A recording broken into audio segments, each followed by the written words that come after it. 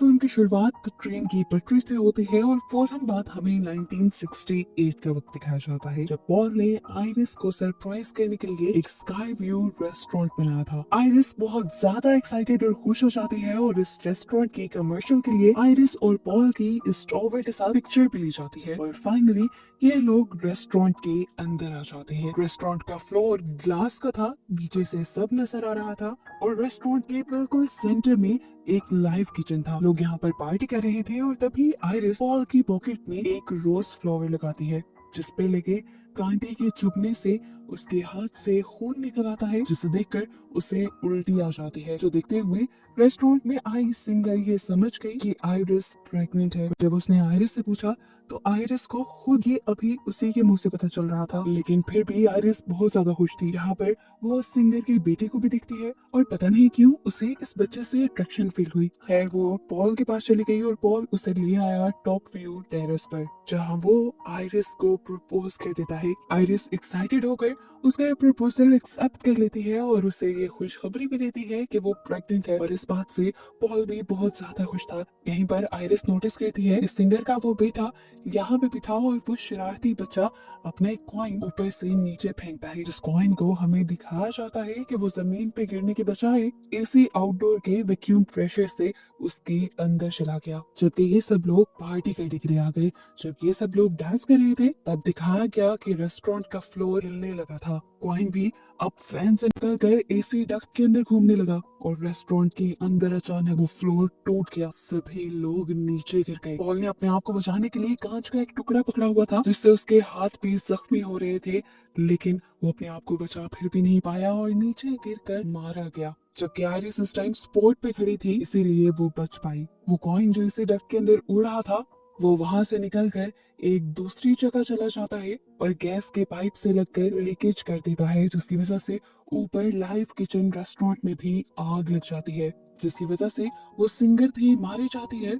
और आइरिस अपने आप को बचाने के लिए पियानो के नीचे छुप जाती है। अपने आप को बचाने के लिए आइरिस लिफ्ट के पास आई, जो लिफ्ट पूरी तरह फुल हो चुकी थी। इससे पहले कि लिफ्ट नीचे जा पाती, लिफ्ट के नीचे एक बंदा आकर क्रश हो जाता है। ऐसे लिफ्ट खराब हो जाती है और लिफ्ट के अंदर के भी सभी लोग मारे जाते हैं। वो वापस ऊपर की तरफ गई तो रेस्टोरेंट का आधा हिस्सा भी एक तरफ लटक गया, जिसके अंदर जाकर लोग अपनी जान बचा रहे थे।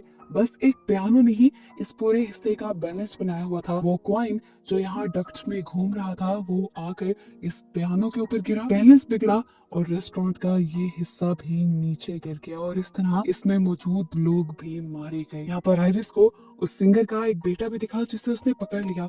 वो उसे बचाकर सेफली लेकर जाना चाहती थी, लेकिन उसके नीचे की भी जमीन टूट गई।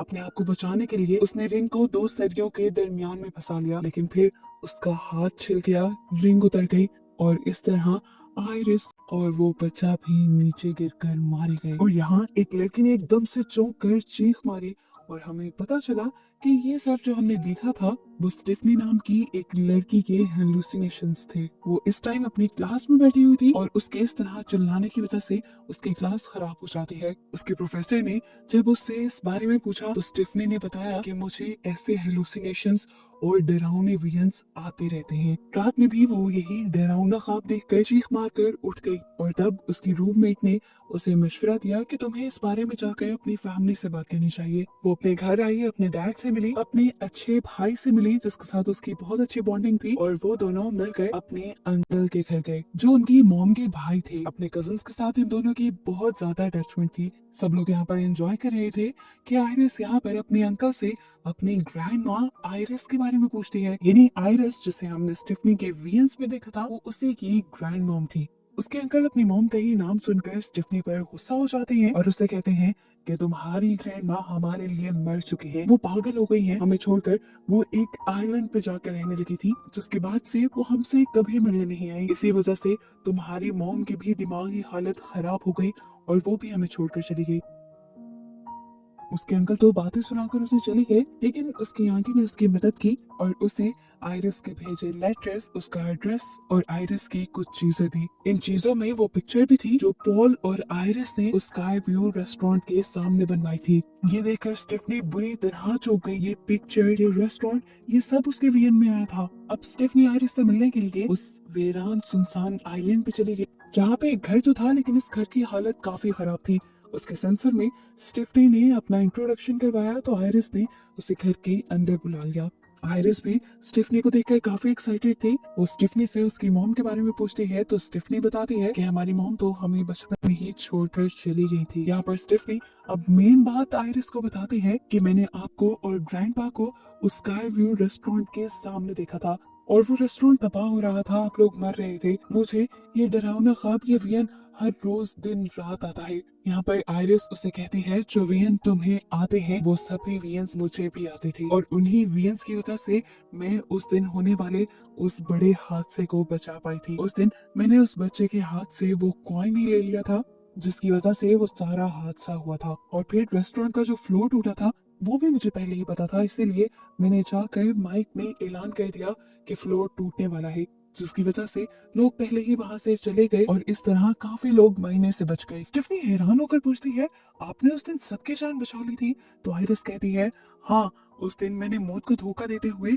सबकी जान तो बचा ली, लेकिन मौत ने उन लोगों का पीछा नहीं छोड़ा। मौत उन लोगों के साथ गेम खेलने लगी जो लोग उस हादसे में बचे थे। मौत उन लोगों को ढूंढ ढूंढ कर मारने लगी, ना सिर्फ उन लोगों को बल्कि अगर उन लोगों के बच्चे भी होते थे मौत उनको भी मार रही थी। और अगर वहां पर मौजूद कुछ लोग मौत से बच निकले और जिनके बच्चे उस हादसे के बाद पैदा होने लगे, मौत उनको भी मारने लगी, क्योंकि अगर वो लोग इस हादसे में मर जाते तो उनके बच्चे भी आगे पैदा ना होते।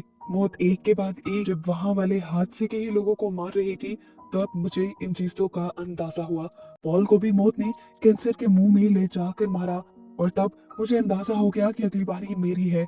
मौत को चकमा देने के लिए मैं यहाँ आकर छुप गई। अगर मैं मर गई तो मौत तुम्हारी मोम, उसके भाई, उसके बच्चों को, यहाँ तक कि तुम्हें और तुम्हारे भाई को भी मार देगी, लेकिन जब तक मैं जिंदा हूँ तुम सबको कुछ नहीं होगा। स्टिफनी पूछती है तो आखिर मुझे ये वियंस क्यों आ रहे हैं? तो आयरिस ने कहा क्योंकि अब मौत हमारे पीछे है। ये बात सुनकर स्टिफनी बुरी तरह डर गई।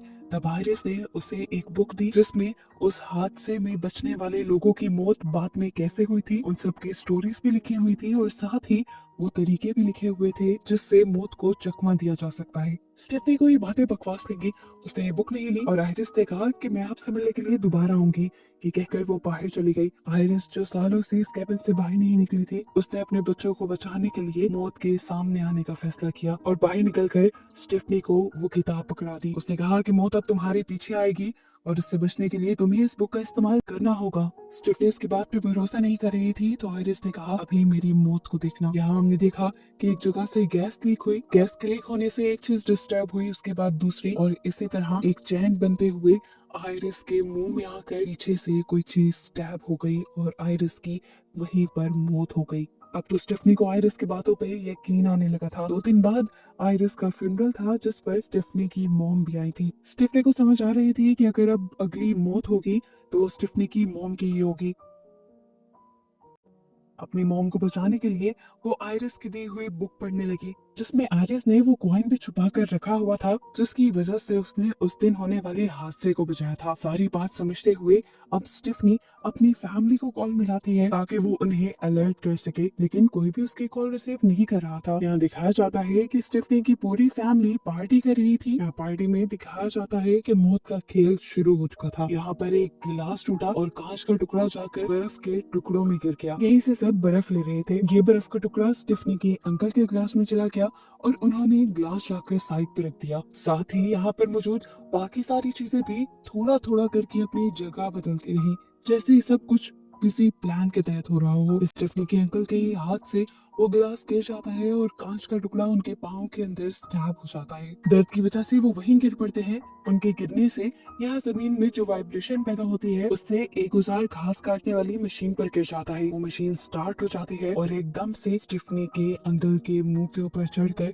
उसका पूरा मुंह क्रैश करते हुए उसे मार देती है। उसकी इस भयानक मौत से सभी लोग बहुत ज्यादा डर गए। स्टेफनी बहुत ज्यादा डर चुकी थी। अब वो पूरी फैमिली को समझाती है कि किस तरह मौत उनके पीछे पड़ चुकी है। उसने बताया कि आयरिस के उस दिन टॉवर को बचाने के बाद ही मौत ने उन सब लोगों को अपना निशाना बनाना शुरू कर दिया जो लोग उस टॉवर में बच गए थे। मौत ने उनको और उनकी फैमिली को बिल्कुल खत्म कर दिया और अब बस एक उनकी फैमिली और एक और लड़के की फैमिली जिंदा थी। स्टेफनी उन्हें समझाती है कि देखिए, पहले आयरिस मरी, फिर उनके सबसे बड़े बेटे, इस तरह अंकल के मरने के बाद बारी है उनके बेटे की, और यहाँ पर जब मेरी मॉम बनेगी तो उसके बाद मैं मर जाऊंगी। स्टेफनी की बातें सबने बैठकर सुनी तो सही, लेकिन किसी को भी उसकी बात पे यकीन नहीं आया। यहाँ तक कि उसके अंकल के बच्चे यानी उसके कजन्स तो उससे नाराज भी हो गए कि वो उसकी डैड की मौत का मजाक बना रही है। यहाँ पर सिर्फ एक ही इंसान था जिसे स्टेफनी पे यकीन था, वो थी स्टेफनी की मॉम। लेकिन स्टेफनी अपनी मॉम के साथ अच्छे से बात नहीं कर रही थी। यहाँ पर अब हमें अंकल के बड़े बेटे को अपनी पियर्सिंग शॉप में दिखाया गया। वो अपना काम खत्म करके अपनी शॉप बंद करता है और अपने डैड के याद में अपने हाथ पे डैड का टैटू बनाता है। इस टाइम उसने अपने भी नोज में एक पिन पहनी हुई थी। यहाँ पर उसके नोज की पियर्सिंग पर फोकस किया जाता है और एकदम से ऊपर एक फैन ऑन हो जाता है जिसके साथ एक मैग्नेटिक चैन थी जो आकर उसके नोज की पियर्सिंग के साथ फंस जाती है। फैन के चलते ही वो चैन भी घूमी और वो लड़का भी घूमने लगा। नीचे बहुत सारा कैरोसिन था जिसमें उसी के लाइटर्स थे। आग लग गई। वो अपने आप को उस चैन से तो छुड़वा लेता है लेकिन नीचे आग में गिर जाता है। हम देखते हैं कि शॉप में भी आग बहुत ज्यादा बढ़ चुकी थी। जैसे ही स्टीफनी को ये बात मालूम होती है कि उसकी शॉप में आग लगी थी तो सुबह होते ही वो उसकी शॉप में जाने का डिसाइड करते हैं, लेकिन वो तो इनकी कार के सामने आकर इन्हें रोक देता है। हैरानकुन बात थी कि उसके बाजू के अलावा उसे कहीं चोट नहीं आई थी। वो लोग बेदहानी में बात कर रहे होते हैं कि यहीं पर तेज स्पीड ट्रक आकर उसे घुमा जाता है लेकिन उसे कोई नुकसान नहीं करता। ये देखते हुए वो स्टीफनी से कहता है, देखा, मैंने कहा था ना कि मुझे कुछ नहीं होगा। यहाँ पर स्टीफनी को उसकी बातें बिल्कुल बकवास लग रही थी। वो उसकी बातों पे ध्यान देने के बजाय यहाँ पर रोड की चीजों पे ध्यान दे रही थी कि क्या क्या चीज उसे नुकसान पहुंचा सकती है। यहाँ से कचरे की गाड़ी गुजरती है तो स्टीफनी उसे इससे दूर रहने को कहती है, लेकिन वो तो जाकर उसे प्यार कर देता है और सच में उसे कुछ होता भी नहीं। अभी लड़का स्टीफनी से कहता है, देखो, मैंने कहा था ना, तुम कुछ ज्यादा ही सोच रही हो। उस लड़के की दूसरी बहन भी अब वॉक के लिए निकल जाती है और तभी अचानक से उसका पाँव एक बॉल से टकराता है जिसकी वजह से वो गार्बेज बास्केट के अंदर गिर जाती है और गाड़ी वाले इस ट्रैश को जल्दी से अपनी गाड़ी के अंदर डाल देते हैं। ये सब कुछ होते हुए उन तीनों ने भी देखा था। वो तीनों जाकर जल्दी से उस गाड़ी को रोकने की कोशिश करते हैं। स्टीफनी बिना अपनी जान की परवाह किए उसे बचाने के लिए गाड़ी के ऊपर चढ़ती है, लेकिन दिखाया गया कि अंदर तो गार्बेज क्रश हो रहा था और इसी मशीन के अंदर उस लड़की की भी जिस्म के टुकड़े टुकड़े हो गए। स्टीफनी के हाथ में बस उसका एक हाथ रह गया और वो मर गई। उसकी मौत से सब लोग बहुत ज्यादा डिप्रेस हो गए थे। स्टीफनी का भाई स्टीफनी से कहता है, तुम ठीक थी, लेकिन इस टाइम स्टीफनी को अपनी थ्योरी पे यकीन नहीं रहा था क्योंकि उसे लग रहा था कि जो लड़की मरी थी उसके बड़े भाई को मरना चाहिए था। तब उनकी आंट ने आकर एक बहुत बड़ा सच ये रिवील किया कि असल में वो लड़का स्टीफनी के अंकल का असल बेटा था ही नहीं। इसी वजह से उसकी मौत नहीं हुई बल्कि उसकी बहन की मौत हो गई जो कि उनके अंकल की बड़ी बेटी थी। और ये सुनकर अब स्टीफनी चौंक गई। स्टीफनी के साथ सारे भी, क्योंकि सबको अब स्टीफनी की बात पे यकीन आने लगा था। वो जो लड़की मरी थी उसका छोटा भाई अब स्टीफनी से कहता है, ये नहीं, इस मर्तबा मेरी बारी है। स्टीफनी, मैं मरना नहीं चाहता, क्या तुम मेरी मदद करोगी? स्टीफनी कहती है, मैं बचाना तो चाहती हूँ लेकिन मुझे नहीं पता कि आगे क्या होने वाला है। तब उसका भाई उससे कहता है, देखो, तुमने पहले भी फिगर आउट कर लिया था कि क्या होने वाला है। तुम जरा आसपास की चीजों पे ध्यान दो, तुम समझ जाओगी। स्टीफनी को याद आता है कि आयरिस ने यानी उसकी ग्रैंड मॉम ने उसे एक लड़की के बारे में बताया था जो उस दिन बच गया था। वो आज भी एक हॉस्पिटल में काम कर रहा था। गिनी वो जिंदा था और उसने भी मौत को चकमा दिया था। उसे मौत को चकमा देना आता था, इसीलिए ये लोग उसके पास जाने का डिसाइड करते हैं। यहाँ पर ये सब लोग जब आकर उसका नाम जेडी पुकारते हैं तो वो हैरान हो जाता है। इस नाम से उसे सिर्फ आयरिस ही पुकारती थी। ये लोग उससे सवाल करते हैं कि आप आयरिस को कैसे जानते हैं। तब उसने बताया कि उस दिन जिस दिन टॉवर वाला हादसा हुआ था तब मैं वहीं पर था, मैं सिंगर का बेटा था। ये जानते हुए स्टीफनी को भी वो सारा वियन याद आ गया और वो भी उसे पहचान गई। याद में बताता है कि आयरिस काफी सालों पहले भी उससे मिलने के लिए आई थी क्योंकि वो पॉल के लिए यानी अपने हस्बैंड के लिए मौत को चकमा देना चाहती थी, लेकिन बहुत कोशिशों के बाद भी ये लोग उसकी जान नहीं बचा पाए थे। स्टेफनी पूछती है कि क्या कोई ऐसे भी लोग हैं जो इस मौत से बिल्कुल बच गए हों? तो वो आदमी जवाब देता है, हाँ, 2 लोग ऐसे हैं जो इस मौत से बच गए थे, लेकिन ऐसे नहीं, मौत पहले जीती। मौत ने पहले उन्हें अपना शिकार बनाया और वो मर गए, लेकिन फिर कुछ ही देर बाद डॉक्टर्स की या किसी की कोशिश से उन्हें जिंदा कर लिया गया और उसके बाद से मौत ने उनका पीछा नहीं किया। स्टीफनी उसे कहती है, प्लीज आप हमारी मदद कर सकते हैं इस काम में, आप हमारी मदद करें। लेकिन वो आदमी कहता है, नहीं, मैं भी पहले एक मर्तबा मौत को अपना कर मौत को चकमा दे चुका हूँ, लेकिन अब मरना मुझे भी है क्योंकि मुझे कैंसर है और एक ना एक दिन हम सबको मरना है। मौत से हम भाग नहीं सकते, वही हमारी फाइनल डेस्टिनेशन है। उससे पहले हमें अपने बचे कुचे पलों को एंजॉय करना चाहिए। यहाँ पर जब ये सब लोग काफी ज्यादा दुखी थे, तभी इनके एक साथी को आइडिया आता है कि वो अपने भाई को, जो कि मरने वाला है, उसे पीनट खिलाएगा, क्योंकि उसे पीनट से एलर्जी थी। इस तरह वो पीनट खा के मर सकता था, लेकिन उसका प्लान था कि जैसे ही वो मर जाएगा तो फौरन वो उसे एंटी एलर्जिक और मेडिकल सर्विसेज देकर जिंदा कर लेगा और ऐसे ये लोग मौत को चकमा दे देंगे। लेकिन जैसे ही वो वेंडिंग मशीन के पास आता है तो वेंडिंग मशीन चलती नहीं। उसे जल्दी बहुत थी, हाथ डालकर उसने पीनट्स निकालने की कोशिश की और यहाँ पर मशीन का एक स्क्रू ढीला हो गया, जिसके बाद ये लोग छुपने के लिए एक रूम में आ गए। वो अपने भाई को कहता है, तुम यहाँ रुको, मैं तुम्हारे लिए एक एंटी एलर्जिक लेकर आता हूँ। ये कहकर वो वहाँ का दरवाजा बंद कर देता है और उसके दरवाजे को पटकने की वजह से यहाँ पर कुछ बटन्स ऑन हो जाते हैं और एमआरआई मशीन भी। कुछ देर बाद वो लड़का वापस आ जाता है एक इंजेक्टर और व्हील चेयर के साथ। वो इस लड़के को अब ये पीनट चॉकलेट खाने को कहता है, इससे पहले कि ये लोग अपना कोई प्लान पूरा कर पाते। यहाँ पर एमआरआई मशीन ऑन हो जाती है। अपनी हाई मैग्नेटिक रेस की वजह से वो यहाँ की सारी मेटल की चीजों को अपनी तरफ खींचने लगी थी। स्टेफनी का बड़ा कजन, जिसने अपनी पूरी बॉडी में पियर्सिंग की हुई थी, वो मशीन व्हील चेयर के साथ साथ उसे भी अपने अंदर खींचने लग जाता और वो अजीब तरीके से अंदर की तरफ घुसता चला जाता है। अपने आप को वो बचा भी नहीं पाता। व्हील चेयर भी मैग्नेटिक रेस की वजह से टूटकर उसके अंदर स्टैब हो जाती है और वो वहीं पर मर जाता है।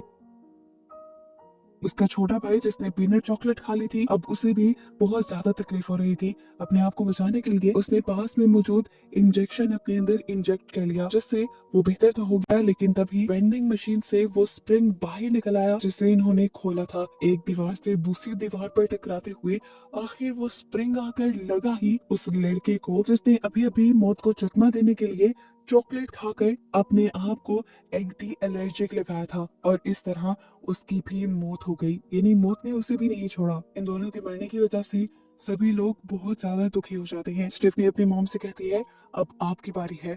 आयरिस, यानी आपकी मॉम जिस घर में रहती थी, मुझे लगता है कि आपको उसी घर में रहना चाहिए, क्योंकि उस घर में रहकर वो भी काफी अरसे तक जिंदा रही थी। स्टेफनी की मॉम उसकी बात मान जाती है और तभी हम देखते हैं कि स्टेफनी के हाथ में जो बुक थी उससे वो कॉइन निकलकर नीचे गिर जाता है, जिसे एक ओल्ड लेडी उठाकर अपने पर्स में डाल लेती है। स्टेफनी खैर तेजी से अपनी ग्रैंड मॉम के घर की तरफ निकल जाती है और अपनी मॉम को उस घर के अंदर जाने को कहती है। उसकी मॉम अपने दोनों बच्चों के लिए काफी परेशान थी, तो स्टेफनी ने कहा, मॉम, जब तक आप जिंदा हैं हमें कुछ नहीं हो सकता। ये कहते हुए उसने अपने भाई के साथ अपनी मॉम को घर के अंदर भेज दिया। लेकिन हमें दिखाया गया कि यहाँ तो पहले से ही गैस भी लीक थी और यहाँ पर स्पार्किंग भी हो रही थी। इसकी स्मेल हालांकि स्टेफनी की मॉम को भी आई, लेकिन वो इग्नोर करते हुए अंदर चली गई और ऐसे गैस और स्पार्किंग की वजह से वहाँ पर एक बहुत बड़ा ब्लास्ट हो गया, जिसकी वजह से स्टेफनी की कार भी जाकर पानी में गिर गई और वो पानी में तड़पने लगी। अंदर स्टेफनी की मॉम इस धमाके में जल गई थी और स्टेफनी का भाई, जो अभी घर से बाहर ही खड़ा था,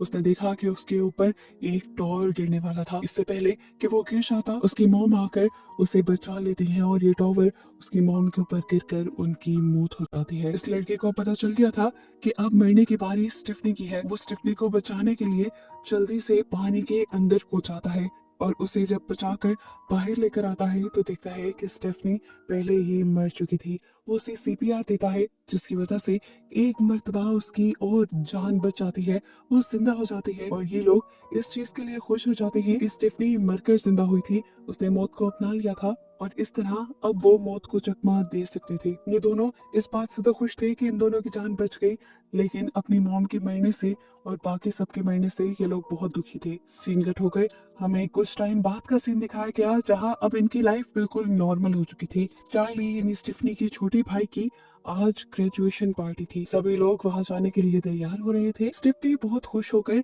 उसके पॉकेट में रोज का फूल लगाती है और यहाँ पर फूल में लगा एक कांटा उसके हाथ में चुभ जाता है और उसके हाथ से भी बिल्कुल उसी तरह खून आता है जैसा खून मूवी के स्टार्ट पे आयरिस के हाथ से भी निकला था। और ये देखकर स्टिफनी समझ जाती है कि मौत का खेल दोबारा शुरू होने वाला है। सीन कट हो गए, दूसरी तरफ हमें दिखाया गया कि वो कॉइन जो उस दिन आयरिस ने बचाया था और वो अब जिस ओल्ड लेडी के पास था, वो ओल्ड लेडी जैसे ही अपना वॉलेट खोलती है तो वो कॉइन उसके वॉलेट से निकलकर गिर जाता है और घूमते घूमते ट्रेन की उन पटरियों पे आता है जो हमें मूवी के स्टार्ट में दिखा दी गई थी। ये कॉइन ट्रेन के जंक्शन के दरमियान में रुक जाता है जिसकी वजह से ट्रेन का पाथ खराब हो सकता था। सीन कट होकर हम दोबारा स्टिफनी और उसके भाई को देखते हैं जहां उनके पास उनका नेबर डॉक्टर आया था। वो स्टिफनी के भाई का दोस्त था। वो स्टिफनी को कहता है कि तुम्हारे भाई ने मुझे तुम्हारे बारे में बताया है, मैं तुमसे बहुत इम्प्रेस हूँ, तुम बहुत लकी हो कि तुम आज जिंदा हो। स्टिफनी कहती है हाँ मैं काफी लकी तो हूँ, मैं उस दिन मरकर जिंदा हुई थी। डॉक्टर कहता है नहीं, तुम मरकर जिंदा नहीं हुई थी। अगर कोई इंसान 5 मिनट तक सांस ना ले उसे मरा हुआ माना जाता है, लेकिन तुम तो 2 मिनट बाद ही सांस लेने लगी थी। ऐसी हालत को बेहोशी कह सकते हैं, ना कि मरना। ये सुनकर स्टिफनी और स्टिफनी के भाई दोनों की ही मुंह की हवाइयां उड़ जाती हैं। स्टिफनी ने आसपास की चीजों को देखा, उसे हर चीज में अपनी मौत नजर आने लगी, लेकिन इनकी मौत ऐसे थोड़ी ना आनी थी। वहां वो जो ट्रेन उस पटरी से उतरी थी वो उतर कर इनके घरों की तरफ बढ़ी। ट्रेन अपनी स्पीड कम नहीं कर पाई। अपने आप को बचाने के लिए स्टिफनी और उसका भाई दोनों भागे। ट्रेन तो आखिर रुक गई, लेकिन ये लोग जिंदा फिर भी नहीं बच पाए क्योंकि ट्रेन के पीछे से लकड़ी के कुछ टुकड़े उड़ते हुए आकर इन दोनों की बॉडी में स्टैब हो गए और आखिर ये दोनों भी मारे गए। जिसके साथ ये फाइनल डेस्टिनेशन मूवी इसे सबक के साथ एंड हुई कि हम लोग मौत से बच नहीं सकते और एक दिन हर किसी को मरना है।